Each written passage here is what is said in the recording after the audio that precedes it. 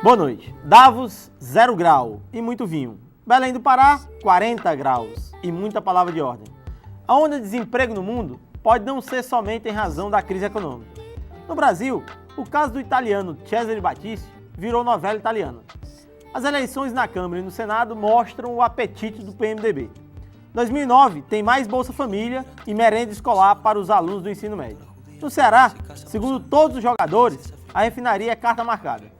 Governo Lula cobra investimentos na área social aos governadores do Nordeste e Cid Gomes diz que saúde e educação são suas prioridades. E mais, o canadense Don Tapscott anuncia que com a geração NET, a política e a economia nunca mais serão as mesmas.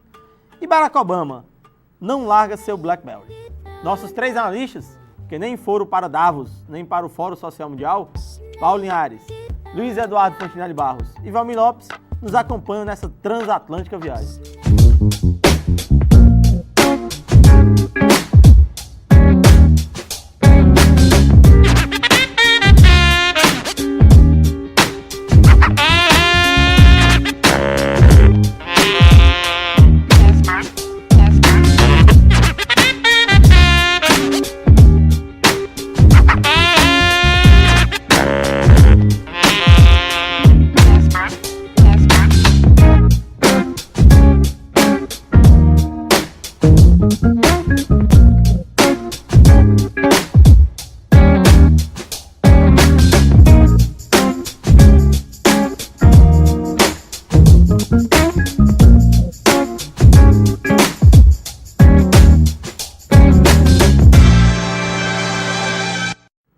Vamos de Davos deprimido e Fórum Social excitado.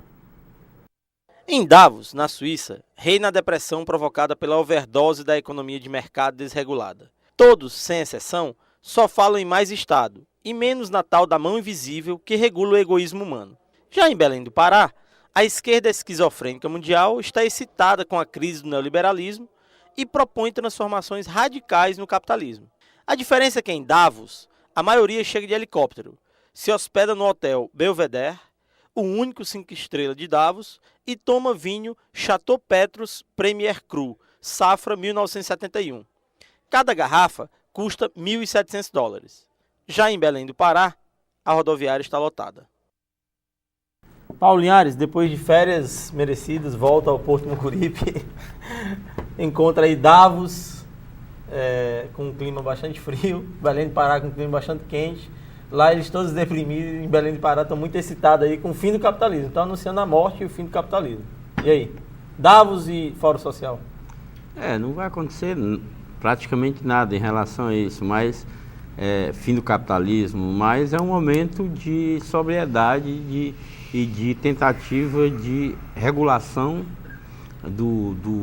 dessa história dessa furia financeira que o mundo estava, regulação sim, um novo papel para o Estado, mas não uma estatização. Nós não vamos voltar àquele tal de socialismo real, isso é uma maluquice. E a necessidade de mais do que isso, a necessidade da economia americana retomar uma participação da população em outros patamares, porque a crise americana do subprime é também uma crise da distribuição de renda americana. A distribuição de renda americana se deu a partir dessa questão dos imóveis. Os Estados Unidos, o que a gente está fazendo aqui com a renda mínima foi feito através do sistema financeiro americano. A casa do americano médio era uma forma dele garantir na vida dele capital até para outras coisas, como para dar segurança. Então, essa crise do sistema imobiliário americano é também uma crise do modelo de distribuição de renda americano. Esse que é o grande desafio do Obama. Eu acho que a primeira medida hoje anunciada é preocupante do Obama, que é uma medida que restringe a economia americana, as importações, atinge o aço brasileiro, atinge a nossa siderúrgicazinha aqui, coitada.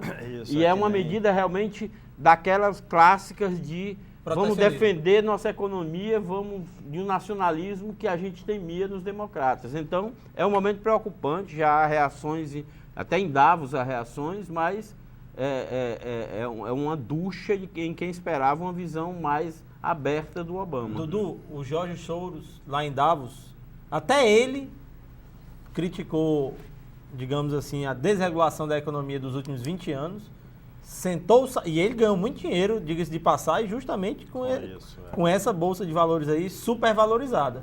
Mas até ele estava defendendo que tinha que ter regulação, porque não dá para viver dessa forma. O Soros, inclusive, ele já vem fazendo críticas, não é de hoje. Antes da crise. Surpreendentemente. Mas ele já criticava, mas todo mundo. Se eu não me engano, é de Sêneca, que vela solta, manobra errada se corrige, vela solta vira barco. Quer dizer, o que estava acontecendo com a economia é que estava de vela solta mesmo. Então, era o que desse viesse, quer dizer, e um cara como o Soros, ele é um cara ousado, mas ele é um cara ousado calculando riscos. E ele via que naquele carnaval que estava, já não era mais questão de avaliação de riscos, era uma coisa que poderia acontecer de tudo, até uma debacle que, infelizmente, aconteceu.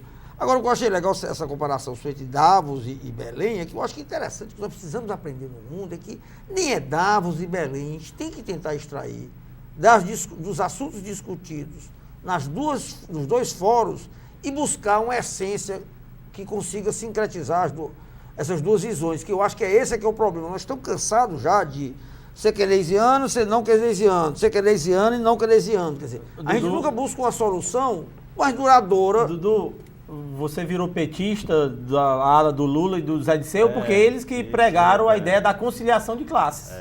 E o que nós temos aí, é isso aí, Valmir, Davos e Fórum Social, dá para conciliar? Não dá para conciliar de forma nenhuma. Agora, o que é interessante é a criação dessas duas instituições, chamemos assim, que no imaginário da esquerda, na verdade, só reforça a diferença. A diferença de perspectiva, a diferença de enfrentamento da crise. Né? De um lado, nós temos o quê? O carnaval da razão. É uma festa, é um carnaval. Aquilo ali, dali não sai absolutamente nada. E agora ainda tem um componente a mais, um bispo, que veio aqui do Paraguai para animar mais a festa. Então, o Lugo. Você está se referindo ao... ao Lugo, o bispo. E agora, então, o carnaval está feito mesmo nessa região. Eu, de certo modo, acho curioso a forma. Continuo pregando ainda a velha... Você não gosta nem de uísque paraguai, nem não de uísque, nem de bispo paraguaio que se torna presidente. Mas é muito... falsos, não, né? Eu não sei se são falsos. Como bispo, eu acho que sim, né? Ou pelo menos. Mas é muito engraçado ver a foto daqueles caras. Chaves, o Evo Morales, o Correia e agora o bispo. É um atraso muito grande, é de fato a prova de que nós não aprendemos com a história. E Luiz Eduardo, me perdoe, mas há coisas que são inconciliáveis, entendeu? Eu particularmente não acredito, porque não há diálogo. Eu já disse aqui uma vez que o problema da esquerda é porque ela julga ter o monopólio da razão, quando não o monopólio do bem. Isso é uma falsidade que a história demonstrou. Enquanto eles não aprenderem isso, não há possibilidade. Mas eu não estou defendendo, a esquerda não estou defendendo que sejam analisadas as propostas de Davos e as propostas que provavelmente a solução ideal esteja no meio. É isso que eu estou dizendo. Entre elas, não é nenhuma nem a outra. Não é mulher, também, não, a gente... Mas o negócio é o que Davos sempre defendeu esse modelo dialética da mulher. A dialética da mulher. Davos sempre defendeu. Mas Davos sempre defendeu o modelo que existe aí, que chegou onde chegou, quer dizer, porque eles sempre são a favor do status quo. Eu acho que a gente tem que fazer um meio termo, quer dizer, como o Paulo colocou muito bem. Hoje todo mundo quer um novo papel para o Estado, que não é de estatização, mas calma, ele tem regulação. Não, me retire desses eles ali, Paulo, por favor. A gente tem que ir para um espectro que está rondando o mundo, mas é o seguinte, muito engraçado Davos hoje pregar a presença do Estado, porque quando foi criado há 40 anos atrás, os nobres que criaram Davos foram simplesmente os mais liberais. Friedrich von Hayek, von Mises, Milton Friedman, ou seja, todos foram... os defensores da famosa sociedade aberta. Karl Popper. Peraí, calma. Olha, pessoal, vamos só ter calma aí. E ainda continua. Esse pessoal defende um Estado mínimo, não um Estado inexistente, não. O pessoal confunde. O pessoal confunde que Milton Friedman, von Hayek defendia um Estado inexistente, não. Eles acharam que o Estado tinha um papel a cumprir. O Estado mínimo... Na regulação, não no... Mas eles defendem um ultraliberalismo.